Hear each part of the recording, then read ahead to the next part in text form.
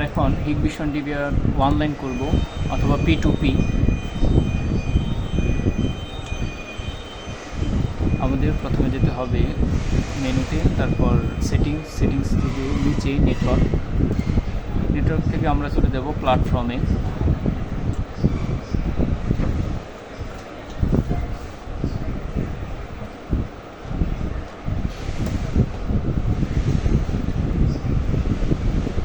আমি connect enable করে দেবো এটা।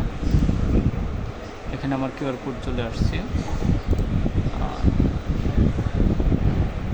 ওকে দিয়ে দিলাম। এটা ভেরিফিকেশন কোড। যদি আপনি একাধিক ফোনে চালাতে চান, তখন যে ইমেল দিয়ে রেজিস্ট্রেশন করবেন ওই ইমেল লগ ইন করার পরে এইখানে যে কোডটা আছে ভেরিফিকেশন কোড, এটা আসবে। তো এটা আপনি আপনার মতো করে এডিট করে নিতে পারবেন। যেমন আমি আমার মতো করে এডিট করে নিলাম।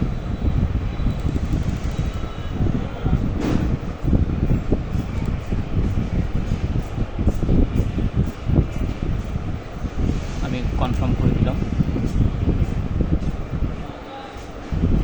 তারপর অ্যাপ্লাই। আমার ডিবিআর অফলাইন এখন অনলাইন হয়ে যাবে। এই যে অনলাইন হয়ে গেছে, সাথে সাথে আমি যখন অ্যাপ্লাই দিয়ে দিচ্ছি, এখন আপনি আপনার স্মার্টফোনে এটা স্ক্যান করে নিলেই হয়ে যাবে।